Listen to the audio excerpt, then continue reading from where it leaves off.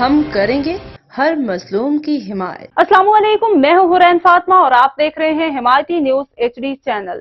نظر ڈالتے ہیں آج کی اہم خبروں پر۔ تھانہ صدر پتوکی کے علاقہ سہجوال فاٹک کے قریب پولیس مقابلہ۔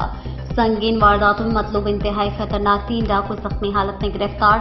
زخمی ڈاکوؤں کی شناخت ابو سفیان سکنا سرائے مغل، ذاکر سکنا بچے کی اور مدثر سکنا جڑوالا کے ناموں سے ہوئی ہے۔ زخمی ڈاکو ضلع قصور، لاہور اور ننکانہ پولیس کو درجن سے زائد وارداتوں میں مطلوب تھے۔ 6 ڈاکوؤں نے پتوکی کے علاقے ڈہانہ کے قریب سے شہاب الدین نامی شہری سے موٹر سائیکل چھینی۔ تھانہ صدر پتوکی پولیس نے فوری رسپانڈ کرتے ہوئے سہجوال پھاٹک پر ناکہ بندی کی۔ 2 موٹر سائیکل پر سوار 6 ڈاکوؤں نے پولیس کو دیکھ کر مختلف اطراف سے سیدھی فائرنگ شروع کر دی۔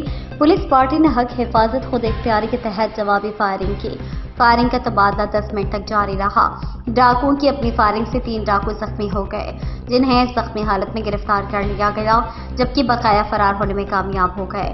ڈاکوؤں کے قبضے سے چھینی گئی موٹر سائیکل اور اسلحہ برآمد کر لیا گیا۔ مزید خبروں اور اپڈیٹس کے لیے دیکھتے رہیں حمایتی نیوز HD چینل۔